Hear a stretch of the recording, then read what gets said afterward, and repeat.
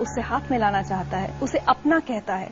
एक दिन उन्हीं गलियों में गोविंद को दूसरे बच्चों के साथ खेलने से भी मना कर दिया गया था। जानते हैं क्यों? क्योंकि गोविंद एक रिक्शे वाले का बेटा है।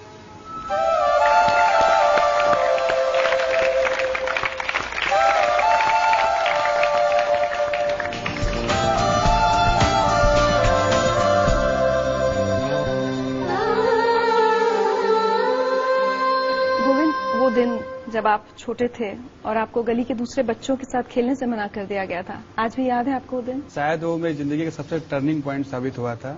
मेरे एरिया थोड़ा इंडस्ट्रियल एरिया है, तो काफी अमीर अमीर लोग वहाँ घर हैं। तो मेरा फ्रेंड था, उसके साथ खेलते खेलते उसके घर में चला गया था।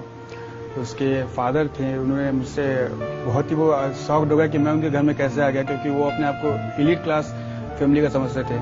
तो उन्होंने मुझे घर से बाहर निकालते हुए कहा कि तुम्हारे जैसे परिवार के लड़कों को हमारे घर में आने की हिम्मत कैसे हुई। वो बात मुझे कई दिन तक समझ में नहीं आई, क्योंकि फिर मैंने अपने एक वरिष्ठ व्यक्ति से जो तैयारी कर रहे थे, एजुकेशन में काफी अच्छे थे, उनसे पूछा कि उन्होंने ये बात क्यों कहा। तो उन्होंने कहा कि तुम्हारे जो सामाजिक बैकग्राउंड है, तुम्हारे जो परिवार के बैकग्राउंड है, उसकी वजह से उन्होंने ऐसा कहा।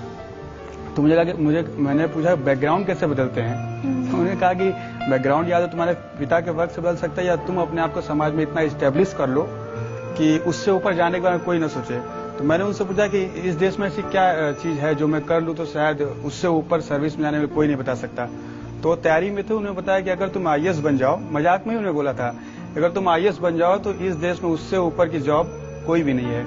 तो उसी दिन से मैंने सोचा था कि अच्छा मैं आईएएस ही बनूंगा, और उसका प्रतिफल था कि मैंने यूपीएससी की परीक्षा पहले ही प्रयास में निकाल ली थी। मतलब 6th स्टैंडर्ड आप बता रहे हैं, तो शायद 12-13 साल की उम्र रही होगी आपकी। बिल्कुल। उस उम्र में आपको ये बात इतनी चुभ गई थी कि आप कहते हैं कि उसने आपकी जिंदगी की दिशा बदल दी थी? हाँ, क्योंकि उसी समय मैंने तय कर लिया था कि मुझे इस सेवा में जाना है, और इतना ज्यादा मैं कंसंट्रेट इसके बारे में था कि लोग 10th करते हैं, 11th करते हैं तो सोचते हैं कि मैं इंजीनियर बनूंगा, डॉक्टर बनूंगा, उसके बाद वो लोग सोचते हैं कि मैं आईएएस बनूंगा। मैंने उसी समय सोच लिया था कि मैं आईएएस बनूंगा। घर के हालात कैसे थे? हालात खराब थे, लेकिन हम कंपेयर कभी नहीं करते थे कि हालात अच्छे क्या होते हैं, कि जिसके घर खर्चा पर डे 1000 वही अच्छा है, ऐसी कोई बात नहीं थी। लेकिन हाँ, प्रॉब्लम्स बहुत आती थी, खास करके कि हम लोग एक ही रूम में रहते थे, 5 लोग थे एक ही रूम में, मतलब खाना बनाना सभी काम एक ही रूम में होता था। तो माहौल बहुत ज्यादा टिपिकल था, जिसकी वजह से प्रॉब्लम काफी आती थी। दूसरे बच्चों को देखकर कॉम्प्लेक्स भी होता था कि मैं इन जैसा क्यों नहीं हूँ, या मेरे पास इतनी फैसिलिटीज क्यों नहीं है? होता था कभी कभी। कोई बच्चे का मन जो 7th 8th में पढ़ता है, उसके मन में आ ही सकता है कि मेरे पास अच्छे कपड़े हों, जो हमें साल भर में एक बार मिलते थे होली पर।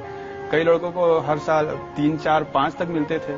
तो होता था, लेकिन छोटी छोटी बातें ही तो ज्यादा पिंच करती थी कि मुझे आगे और पढ़ना है, और पढ़ना है, और पढ़ना है। जो वो मैंने 6th स्टैंडर्ड में सोचा था उसे पूरा करना है, वो ज्यादा हेल्पफुल हुई गई। तो और जब आप बहुत पढ़ने की कोशिश करते थे तो अड़ोस पड़ोस वाले आपको काफी डिस्करेज भी करते थे, कुछ उल्टा सीधा भी बोलते थे? बहुत ज्यादा, थोड़ा तो नहीं कर सकता, बहुत ज्यादा करते थे। क्योंकि मेरी सिस्टर ममता जी, जिन्होंने पढ़ाई की नींव रखी घर में, लोग बहुत उन पर पिंच करते थे कि तुम्हें तो बर्तन धोना चाहिए दूसरे घर में जाकर, तुम पढ़ने के बारे में कैसे सोच सकती हो। हमें भी सोशल काफी लोग डिस्करेज करते थे कि पढ़ लिख के ज्यादा क्या होगा, एक रिक्शा या 2 रिक्शा रख लोगे, तुम भी चलाओगे, दूसरे से चलवाओगे। गुस्सा नहीं आता था गोविंद? आता था, लेकिन कर क्या सकते थे। या तो हम उसको उसी में निकालते लड़कर और अपनी स्थिति को वीक करते, या उसी एनर्जी को बचा कर रखे तो एग्जाम में लगाते।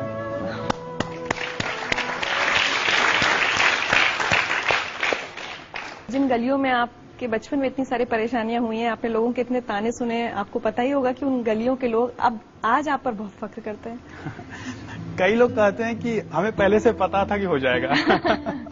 जबकि ये ऑब्वियस था कि लोग कहते थे कि इस परीक्षा में कोई निकल ही नहीं सकता था, क्योंकि हम 100% दावे के साथ कह सकते उनमें से कोई किसी आईएएस ऑफिसर के साथ मिला भी नहीं होगा आज तक। नहीं मिला होगा। दिल्ली जब आप आए, आईएएस के लिए कोचिंग करते हैं बच्चे, बहुत खर्चा होता है, दिल्ली आकर रहते हैं छोटी छोटी जगहों से, यहाँ अपने खर्चे बड़े शहर के बहुत सारे होते हैं, वो सब कैसे मैनेज किया?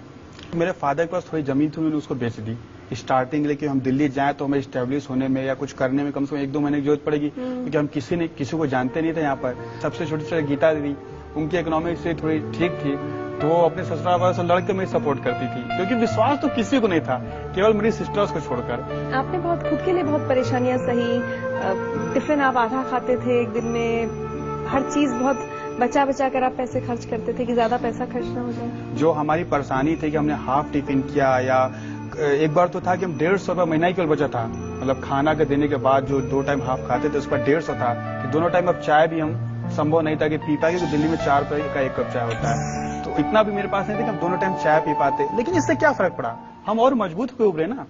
और हमारी परेशानी थी, हमने उसको सॉल्व करने की कोशिश किया। उसका फिजिकल प्रॉब्लम बहुत झेलना पड़ा, बहुत कमजोर हो गए, बहुत बीमारियां हो गई, बट मेंटल बहुत हम टफ हुए उससे। सुनवाते हैं आपको। मैंने उसको पहली बार देखा जब वो हमारे एग्जामिनेशन ओरिएंटेशन कैंप में आया।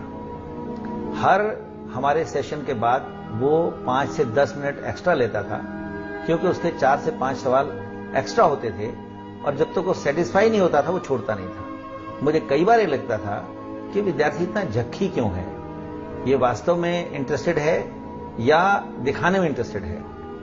अब इसका अंदाजा लगाना उस समय कठिन था। मेरी उसके लिए बहुत बहुत शुभकामनाएं हैं।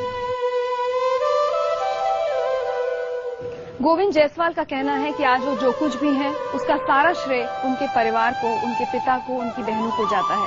उनका परिवार उनके लिए क्या सोचता है ये हम जानेंगे एक छोटे से ब्रेक के बाद।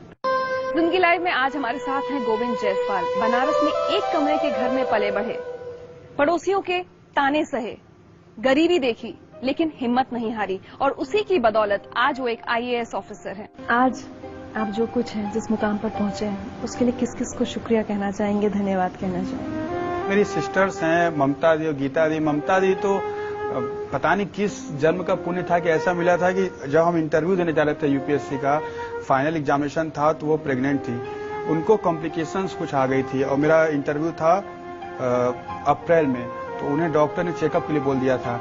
लेकिन उसके बावजूद भी वो हमें दे दी पैसा, 5000 कपड़े और जूते खरीदने थे इंटरव्यू के लिए। लोगों ने